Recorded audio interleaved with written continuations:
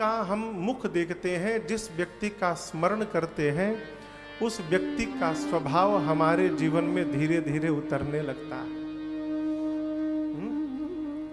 भगवान के मुख की क्या विशेषता है? देखिए, कोई भी व्यक्ति प्रसन्न है, क्रोध में है, उदास है, दुखी है, इसका पता उसके चेहरे को देखकर चलता है।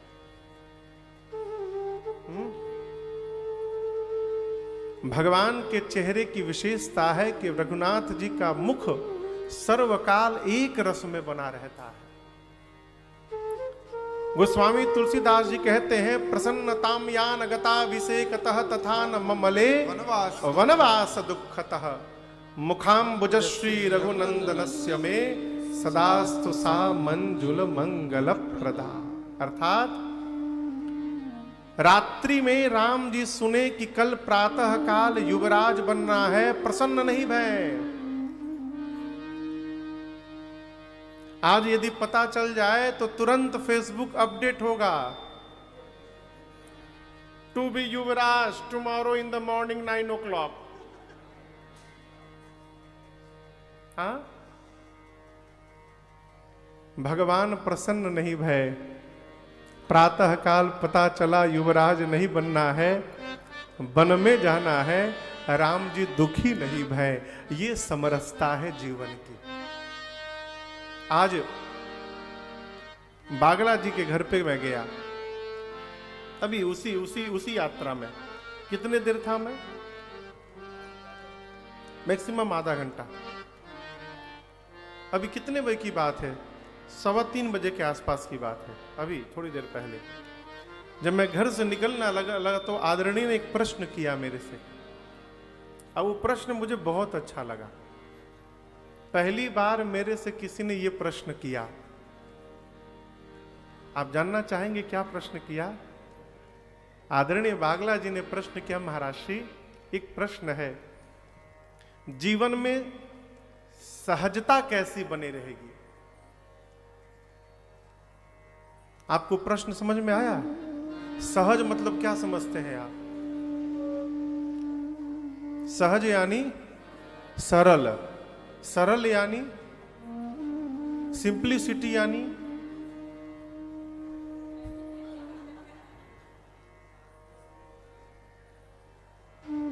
हमारे एक अयोध्या के महात्मा कहते हैं, बाबू सरल कौन है?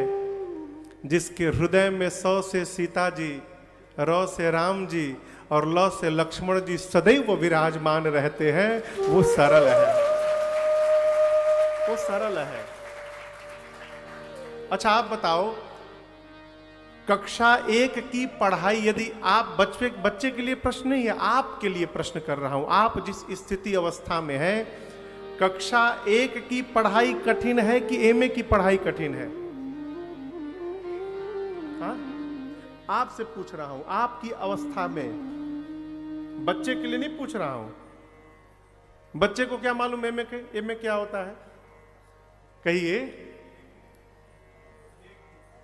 आप मेरा प्रश्न नहीं समझ पा रहे हैं। आपकी उम्र कितनी हो गई? 72 साल के आप बाबूजी, आपसे पूछ रहा हूं, यदि आज के समय में आपसे पूछा जाए कि एक क्लास की पढ़ाई कठिन है कि एमए की पढ़ाई कठिन, आप क्या कहेंगे? हाँ, आपके लिए कखा गगा नहीं याद है?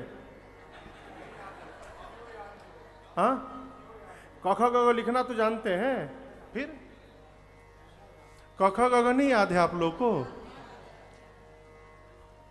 हमको तो याद है साहब। आप लोग बताओगे कौन सा कठिन है? एमए की कक्षा 1 की पढ़ाई आपके लिए कठिन नहीं है, आप सब क ख ग घ लिखना जानते हैं, ठीक ना? भगवान शबरी मैया को नवधा भक्ति सुनाए तो जो सबसे पहली भक्ति सुनाए वो सबसे सरल, और जो सबसे अंतिम में भक्ति सुनाए वो सबसे कठिन। भाई आप पहले वो बताया जाए जो आसानी से लोग कर सके। पहली भक्ति राम जी ने क्या बताई? प्रथम भगति संतन कर संगा। पहली भक्ति है जीवन में संत का संग कर लेना।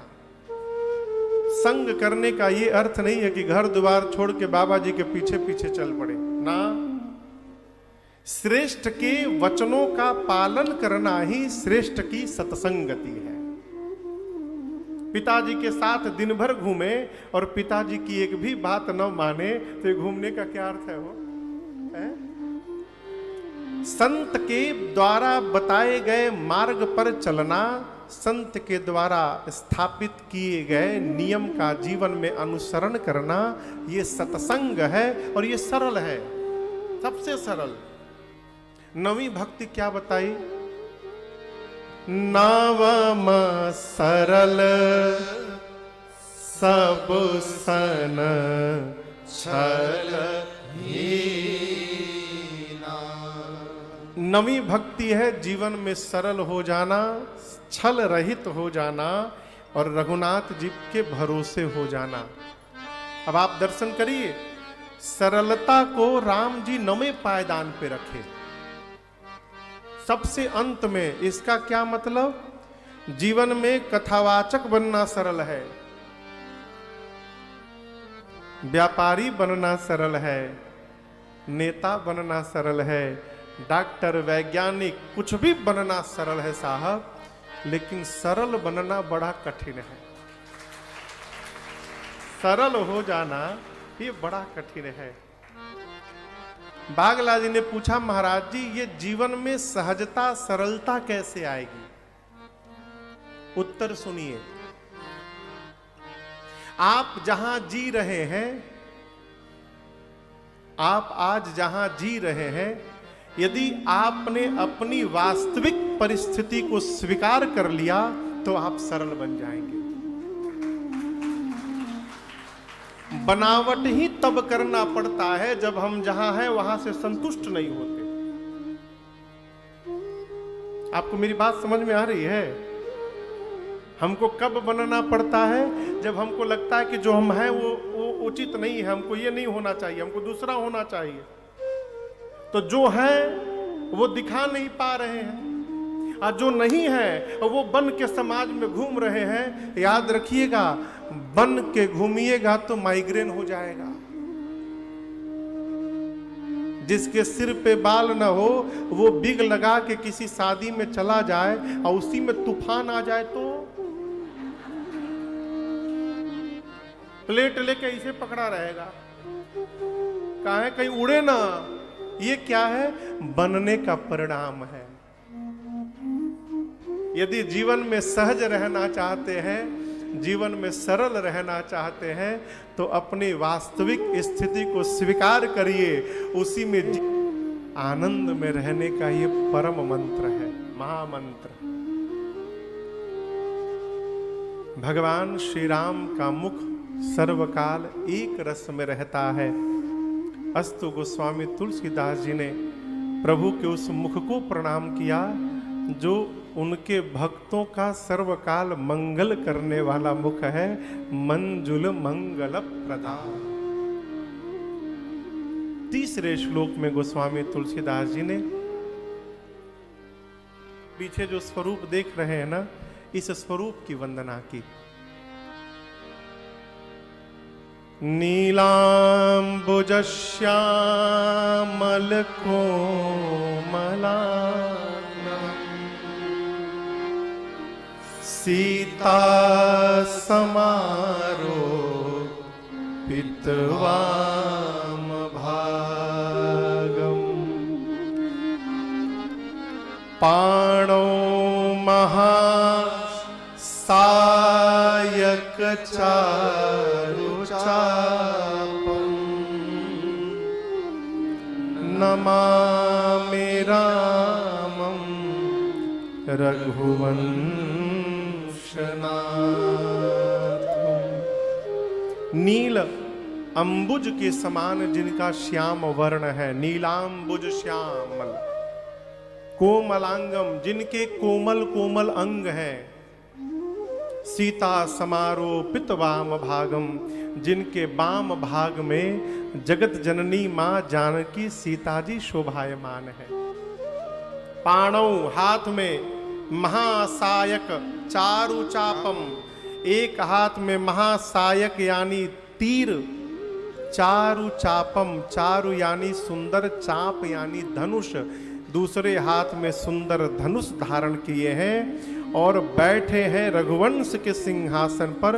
उन राम जी को नमामि रामम रघुवंश, उन प्रभु श्री राम को मैं बारंबार प्रणाम करता हूं।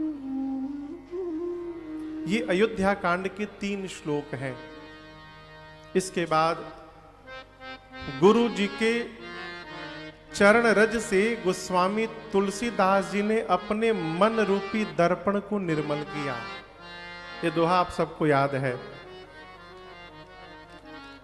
श्री गुरु चरण सरोज रज, निज मन मुकुर सुधार, बरनौ रघुबर बिमल जसु, जो दायक फल चार। श्री गुरु चरण सरोज, सरोज यानी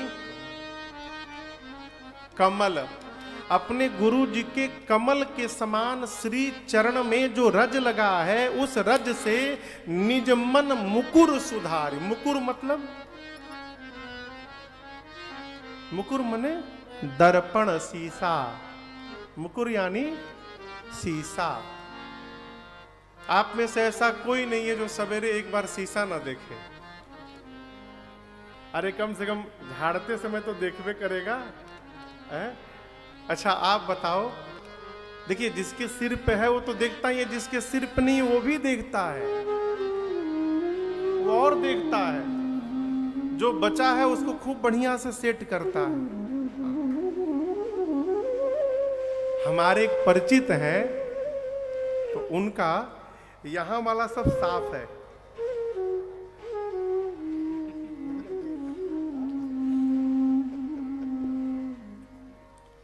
बनारस में रहते हैं। तो यहाँ झाड़ते हैं ना, यहाँ से इधर वाला पूरा साफ है, और यहाँ किनारे का जो एक लाइन है वो बाल इतने बड़े बड़े बढ़ा के रखे थे। तो उसको क्या करते थे, इतना ऐसा चिपकाते थे इधर, यहाँ से पूरा सटा लेते थे, तो ये पूरा मेकअप हो जाता था। एक लाइन पूरा लंबा लंबा था, उसको यहाँ सुला लेते थे। अभी 3-4 महीना पहले एक बाल कटाने के लिए सैलून में गए, तो कहीं ध्यान में व्यस्त होंगे, उसने देखा कि ये तो मैच नहीं कर रहा, बाकी सारे छोटे छोटे, ये लंबा लंबा। उसने पहले उसी को काटा कैंची।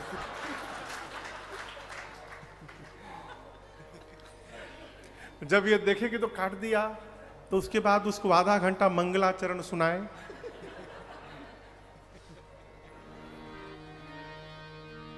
अब आप बताओ, आप दर्पण के सामने गए और उस पर मैल जमा हो तो क्या अपना चेहरा दिखाई पड़ेगा? है?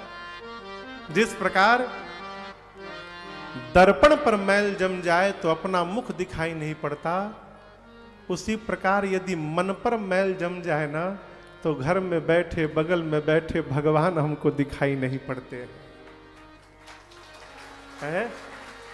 राम जी कहते हैं, आप लोग सुंदरकांड पढ़ते हैं ना, राम जी कहते हैं, निर्मल मन जन सो मोहि पावा, मोहि कपट छल छिद्र न भावा। राम जी क्या बोले? निर्मल मन जन सो मोहि।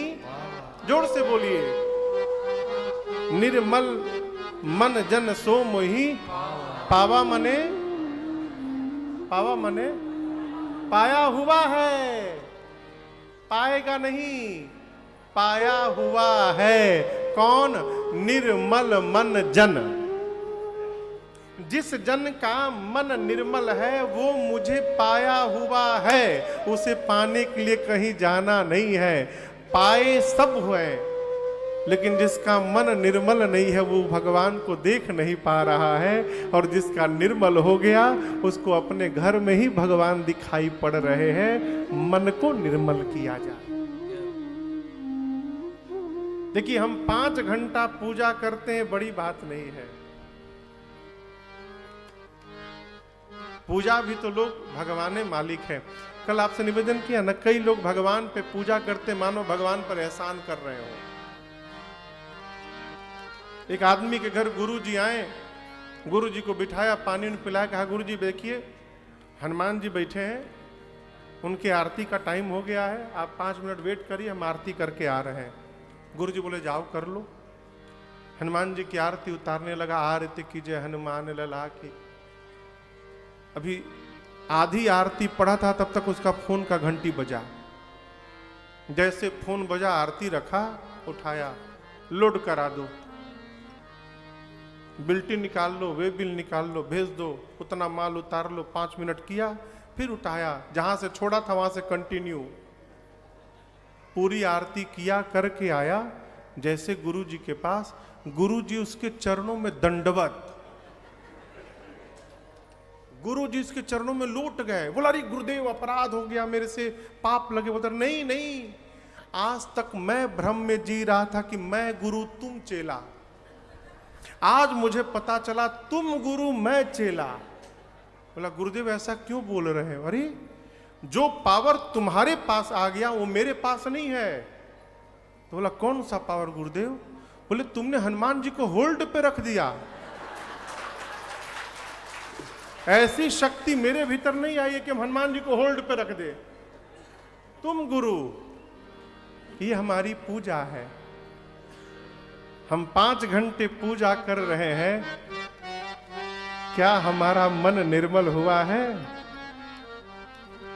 पूरे मन में कचड़ा भर के आरती कर रहे हैं। क्षमा करिएगा, ये आरती उतारने से कुछ होने वाला नहीं है।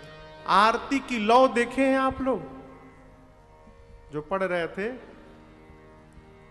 आरती की लौ देखे हैं? लौ किधर जाती है? बाएं भी तो जा सकती थी, चारों तरफ खाली जगह है। बाएं दाएं आगे पीछे कहीं जा सकती थी, नहीं जाती, ऊपर जाती। क्यों?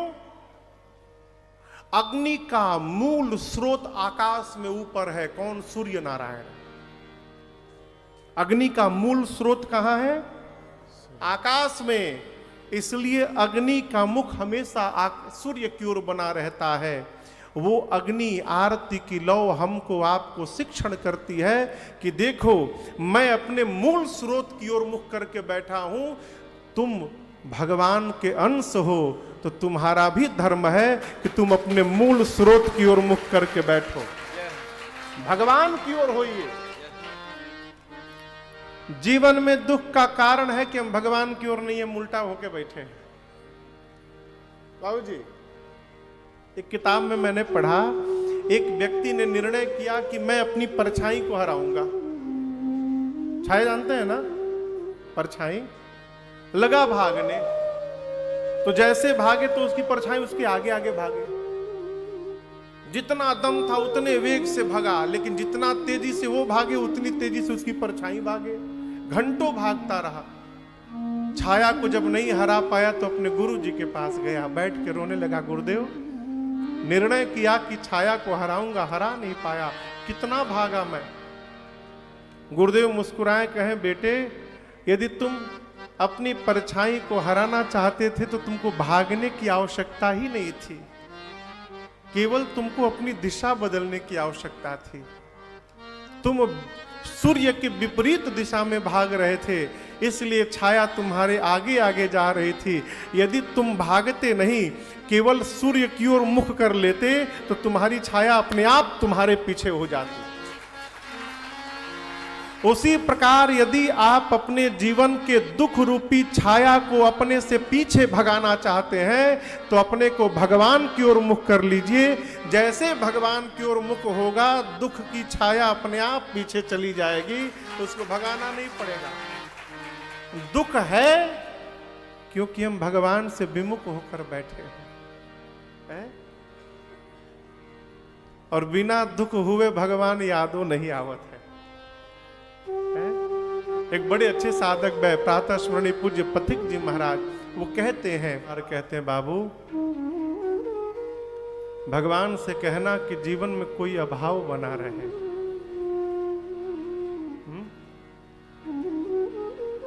अभाव में स्वभाव सदा रहता है।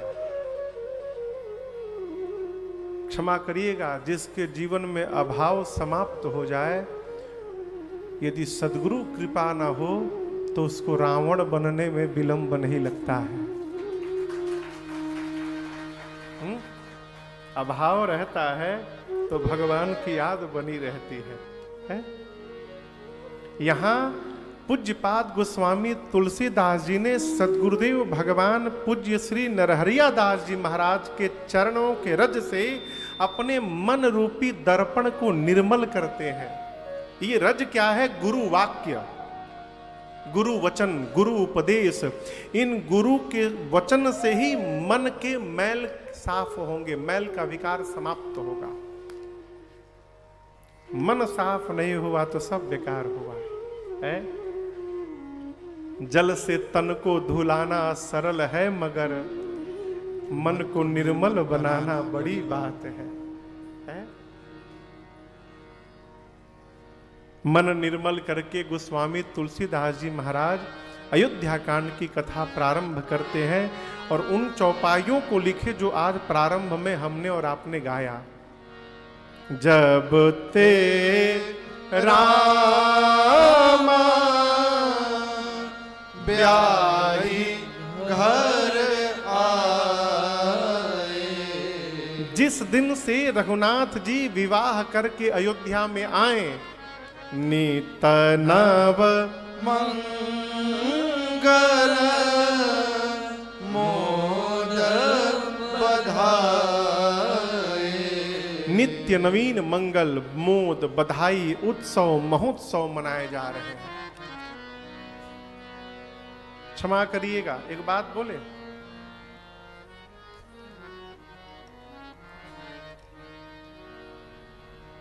एक एक दिन तो बीतते जा रहा है जीवन का।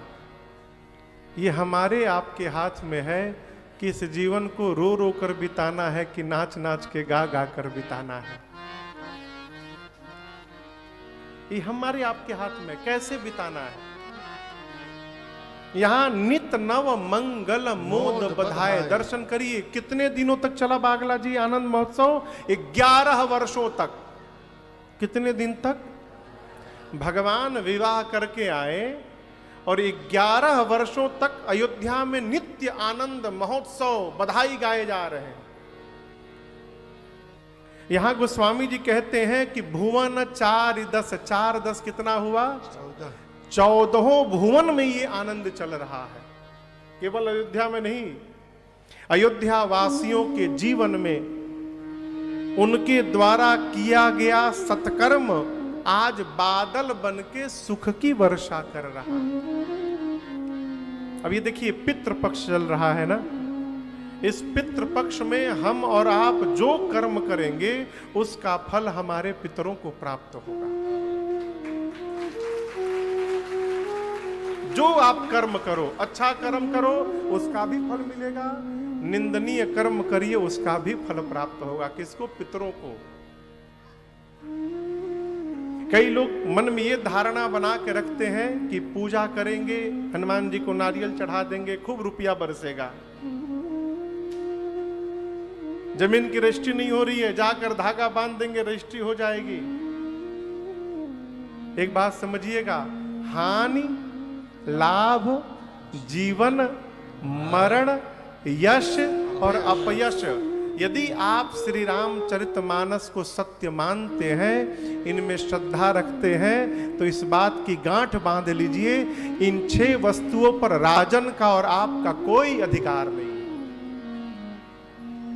किसान खेत में बीज डाल सकता है, बीज डालने के बाद वहां फसल निकलेगा कि नहीं, ये किसान के हाथ में नहीं है, ये परमात्मा के हाथ में, विधाता के हाथ में है। आप स्क्रैप खरीद के गोडाउन में रख सकते हैं। बेचने जाएंगे तो लाभ होगा कि हानि होगी, आप नहीं सोच सकते। 100 रुपया का रेट लेके गोडाउन भरे, अगले सप्ताह मार्केट डाउन। हमारे एक परिचित हैं, एक क्रिप्टो करेंसी आती है ना, बिटकॉइन और क्रिप्टो करेंसी, तो आती है ना। तो हमारे एक परिचित हैं, क्या हंस रहे हैं विनय? तो एक हमारे एक परिचित ने बिटकॉइन खरीदा 8,000 रुपए का, तो वो हो गया 66,000 रुपए का। तो हमारे जो दूसरे परिचित हैं वो भी 10,000 का खरीद लिए कि इनका 8,000 का 66,000 हो गया, तो हम 10,000 का खरीद लिए, लाख रुपया हो जाएगा। वो 10,000 का अभी 2,300 रुपया हो गया है। तो हमसे एक दिन बोले, महाराज जी तो 10,000 का 2,300 हो गया, हमको इसको बेचना मत, रखे रहो। 2,300 में क्या बन जाएगा, बिगड़ जाएगा। मान लो डूब गया, हो सकता कभी 10,000 का 1 लाख हो जाए, बेच के क्या मिलेगा? ये क्या है? आप सोचते हैं कि हम ये करेंगे तो लाभ होगा, हो गया हानि। हानि, लाभ, जन्म लेना, मरना, यश और अपयश। भारत का स्वभाव है दवाई बांटना। सब डॉक्टर है यहाँ, गले में खराश है, नमक डाल के गार्गल कीजिए महाराज। लोग इतना दवाई बता देंगे। पिछले 2 साल कोरोना में जो आवे वही दवाई बतावे। ये क्या है? आप तो आपकी मन साक्षी है, हम जो दवा बता रहे हैं उनसे इनको स्वास्थ्य लाभ होगा। सोचिए, आपने दवाई बताया यश के लिए, वो पी के सीताराम हो गए, आपको लग गया अपयश। यश मिलना, अपयश मिलना, जन्म लेना, जाना, हानि और लाभ, इस पर हमारा आपका कोई अधिकार नहीं है, ये विधाता के हाथ में है। तो पूजा पाठ करने से रुपया बढ़ने वाला नहीं है। कैसे होगा महाराज? यहां गोस्वामी तुलसीदास, कई लोग करोड़ों कमाते हैं लेकिन घर में शांति नहीं है। करोड़ों अरबों कमाते हैं, घर में शांति नहीं है। घर में शांति साधन से नहीं आ सकता, जीवन में शांति हमारे सत्कर्म से आ सकता है। यहां हम जब तक पितृ हमारे प्रसन्न नहीं होंगे तब तक जीवन में शांति आने वाली नहीं है। करोड़ों उपाय कर लीजिए। बंसल जी समझ रहे मेरी बात को? जब तक आपसे आपके पितृ पूर्वज प्रसन्न नहीं होंगे तब तक आपके घर में शांति आने वाली नहीं है। ये पितृ कब प्रसन्न होंगे? जब आप धरती पर सत्कर्म करेंगे, अच्छा कर्म करेंगे, तो इस सत्कर्म से आकाश में, देवलोक में आपके पितरों को बुला करके उनका स्वागत किया जाता है। सामान्य व्यवहार की बात करूं साहब, यदि आपके घर का बच्चा कोई बड़े पोस्ट पर बन जाए और बंबई चला जाए, कलकत्ता चला जाए, तो वो तो अधिकारी बन के चला गया, लेकिन दिल्ली में जहां जहां सभाएं होंगी आपको बुला के सम्मानित किया जाएगा कि इनका बेटा अमुक बन गया है। किया जाता है ना, अमुक के पिताजी हैं। उसी प्रकार जब जीव यहां सत्कर्म करता है तो देवलोक में उसके पितरों को बुलाकर देवता माला पहनाते हैं, बाजे गाजे के साथ उनका स्वागत करते हैं, जय जयकार करते हैं कि आपके कुल में ऐसा संतान जन्म लिया है जिसने ये सत्कर्म कर डाला। और जब पितृ प्रसन्न होते हैं उस स्वागत से, तब पितृ हमको आशीर्वाद देते हैं, तब जाके घर में शांति आती है। ऐसे शांति आने वाली नहीं है। यहां कहते हैं सुकृत मेघ, सुकृत यानी सुंदर कर्म, कृत यानी कर्म, सु यानी सुंदर। अयोध्या वासियों के द्वारा किए गए सुकृत मेघ यानी बादल बनकर और उनके जीवन में सुख की वर्षा कर रहे हैं।